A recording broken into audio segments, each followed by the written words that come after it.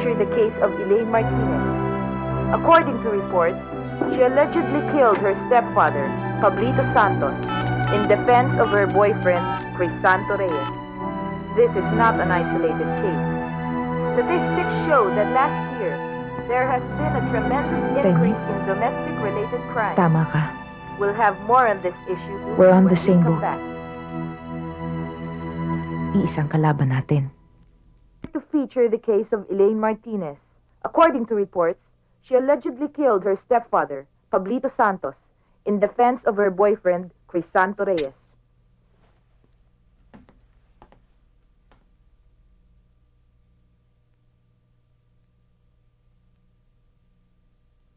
Raul, I'm just concerned.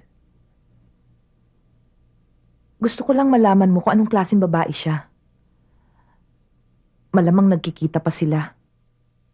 Hindi natin alam kung anong maaari nilang gawin sa'yo. Kaya kong harapin kung ano man yon. Raul,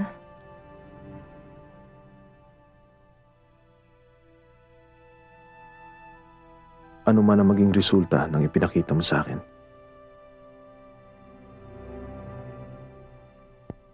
Nakapagpasya na ako. We have to live separate lives. I'm sorry.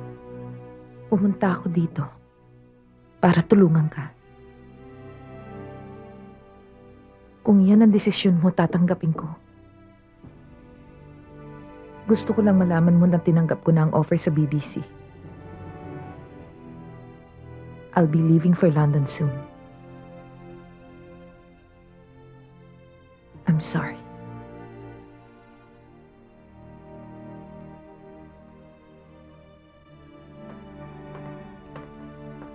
Annie?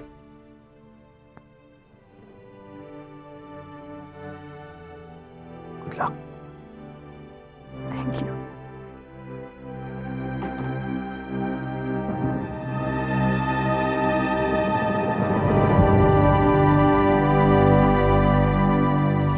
Ngayon lang ko uminom sa buong buhay ko. Lasing ka na yata eh. Itigil na natin to. Hindi ako lasing. Gusto ko nga malasing eh.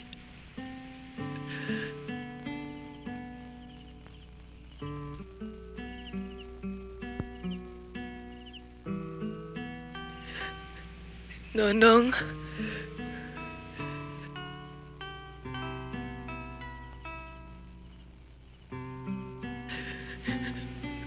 namimiss ko ang ate.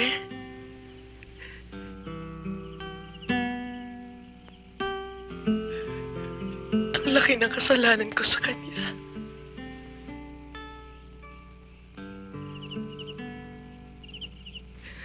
Siyang nag-alaga sa akin mula nang mamatay ang inay.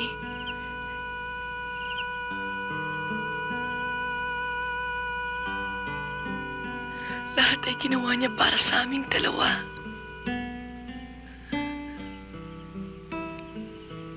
Lahat ng sakripisyo.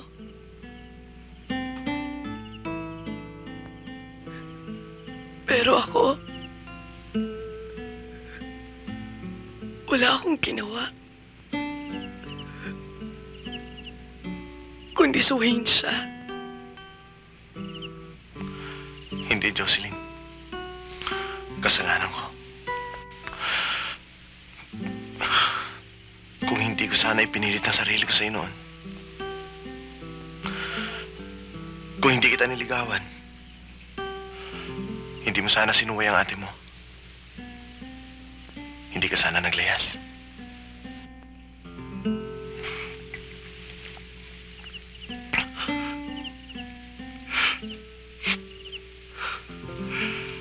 Siguro nga, napakabata pa natin para magkarelasyon.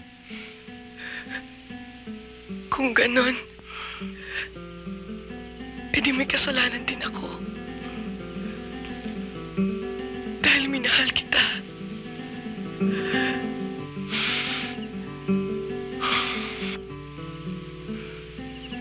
Mahal kita, Jocelyn. Siguro wala naman talaga may kasalanan sa ating dalawa. Nalilito lang tayo siguro kung anong gagawin natin.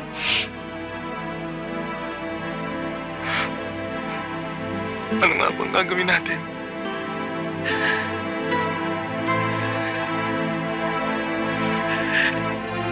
Ewan ko.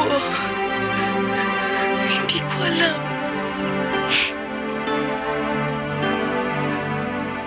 Bakit hindi patay?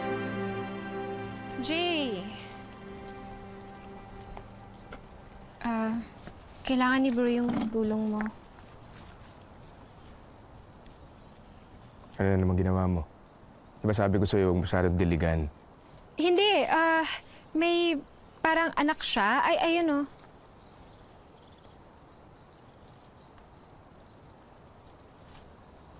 Tatlo yung pops niya.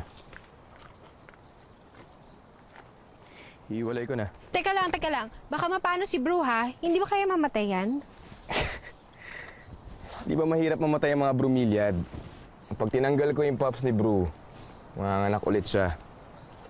Ah, okay. So, Pops pala ang tawag dyan. Yes.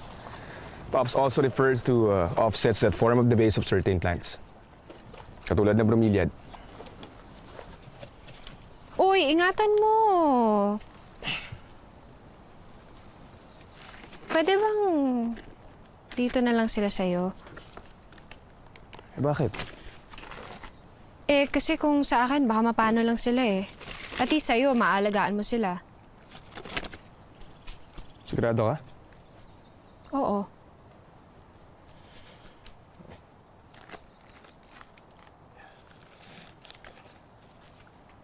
Alam mo, may Chinese proverb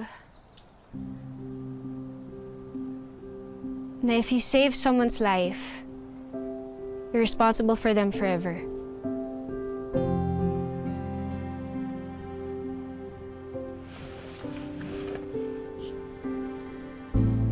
Peace. Tsaka, akin na yung bato ko.